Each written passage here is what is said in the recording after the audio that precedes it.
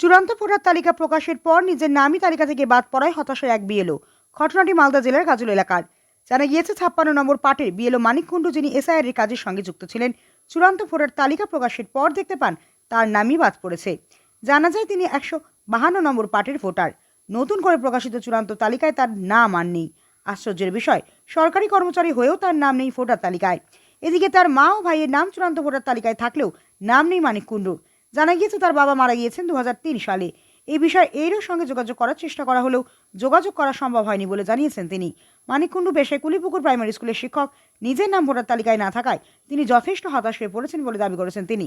যদিও ঘটনায় চরম কটাক্ষ করেছেন তৃণমূল কংগ্রেস পরিচালিত পঞ্চায়েত সমিতির সভাপতি দাবি, ইলেকশন কমিশন এখন বিজেপির সদর দপ্তরে পরিণত হয়েছে, ফলে ইচ্ছাকৃতভাবে নাম বাতিল করা হচ্ছে সাধারণ মানুষের।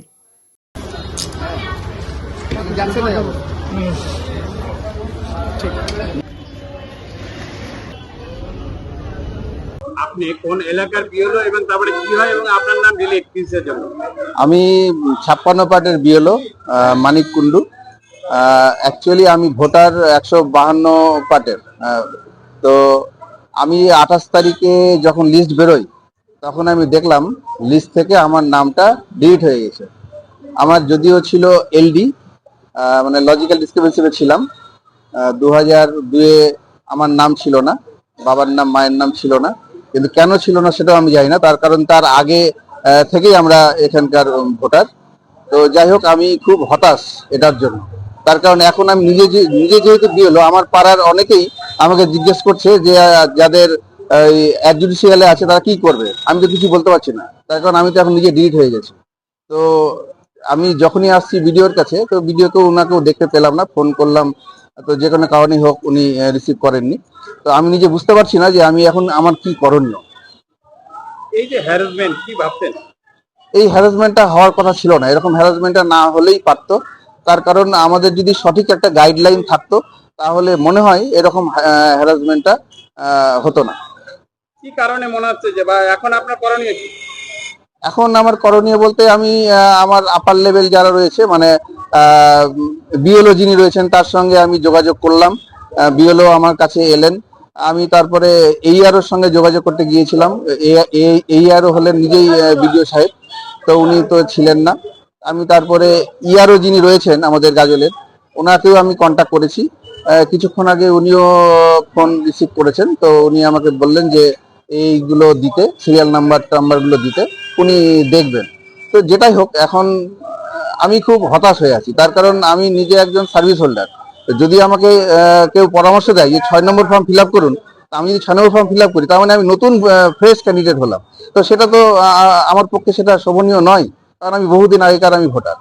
তো কি করবো আমি নিজে বুঝতে পারছি না। আপনার বাবা মা কি বেঁচে আছে?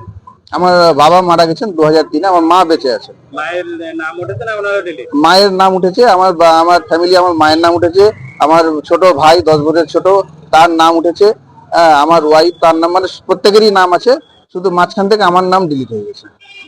এটা কি ভাবছেন যে রাজনৈতিক কোনো চক্রান্ত ভাবছেন না টেকনিক্যাল কোনো ফল্টের ব্যাপার? না, আমার ভাবার এই মুহূর্তে ওইভাবে ভাবার আমার কোনো ইয়ে নেই, অবকাশ নেই। তার কারণ যেটা হয়েছে সেটা না হলেই পারতো। এরকম একটা কর্মকাণ্ড, এত বড় একটা কর্মকাণ্ড, তার আগে অনেক কিছু ভেবে চিন্তে করাটা উচিত ছিল। আমার মতো অনেকেরই এরকম হয়েছে, 2-1 জনের হলে সেটা নয় হতো, কারণ এখানে লাখ লাখ মানুষ এরকম হচ্ছে। তো সেই ক্ষেত্রে এরকম কেন হলো সেটা তো পরে বলবে। আপনার নাম? আমার নাম মানিক কুণ্ডু। কোন স্কুলের টিচার? হ্যাঁ, আপনার শিক্ষক তো? হ্যাঁ, আমি কুলিপুকুর প্রাথমিক বিদ্যালয়ের শিক্ষক, গাজল সার্কেল। এসআইআর কাজে কি পদে নিযুক্ত আছে? এসআইআর কাজে আমি বিএলও। তারিখে চূড়ান্ত তালিকা প্রকাশ হয়েছে, ভোটার লিস্ট প্রকাশ হয়েছে, যেখানে দেখা যাচ্ছে যে 52 নম্বর বুথে যে বিএলও ছিল ভোটার তালিকায়, সেই বিএলওর নামই বাদ। কি বলবেন? সত্যি কথা বলতে কি, নির্বাচন কমিশন বর্তমানে দায়িত্ব ওনাদের, এবং মানিক কুণ্ডু যে নামটা বলছে উনি কিন্তু আমাদের বিএলও, উনি নিজেই ভোটার তোলা থেকে শুরু করে পুরোপুরি কাজগুলো করেন, এবং এগুলো বিএলওর দায়িত্ব। আসল কথা বলতে নির্বাচন কমিশন তো নির্বাচন কমিশনের কাজ করছেন না, ওনারা ওটা বিজেপির সদর দপ্তর হয়ে গেছে। এবং নির্বাচন কমিশনার বা যারা নির্বাচন কমিশন যুক্ত কেন্দ্রীয় সরকারের সাথে, তারা প্রত্যেকে একটা বিজেপির ক্যাডারে পরিণত হয়েছে। তাই বিজেপির ক্যাডার হল বা নির্বাচন কমিশন বিজেপি কাজ করলে যা হচ্ছে এই ঘটনা ঘটেছে, একটা বিএলওর নাম কী করে বাদ পড়ে, এটা প্রশ্নচিহ্ন থেকে যায়। আগামী দিনে আমরা যেটা বুঝতে পারছি যে নাম পুরোপুরি যেভাবে এরা শুরু করেছে, পুরো বিডিও অফিসটা এবং জেলা অফিসগুলো নির্বাচন দপ্তরে বিজেপি কার্যালয়ে পরিণত করবে। সাধারণ মানুষ তো হেনস্থা হচ্ছেই। এখানে একটা বিএলও যে প্রথম থেকে শেষ পর্যন্ত কাজ করলো তার নামও বাদ চলে যাচ্ছে। সাধারণ মানুষ তো প্রশ্ন তুলতে শুরু করেছে যে কে করলো আমাদের যাচাই। না, এইটা প্রশ্ন চিহ্ন মুখে থেকে যায়। আমরাও যারা পদাধিকার যারা আছি, যারা আমরা পোর্টফোলিও আছি বা দায়িত্বে যারা আছে, আমরাও মাঝে মাঝে সন্দেহানে পড়ে যাচ্ছি যে যা দায়িত্ব বা যারা আছে বা যারা আধিকারিকগণ আছেন, তাদের যদি এই অবস্থা হয় তো সাধারণ মানুষের কী পরিস্থিতি হবে।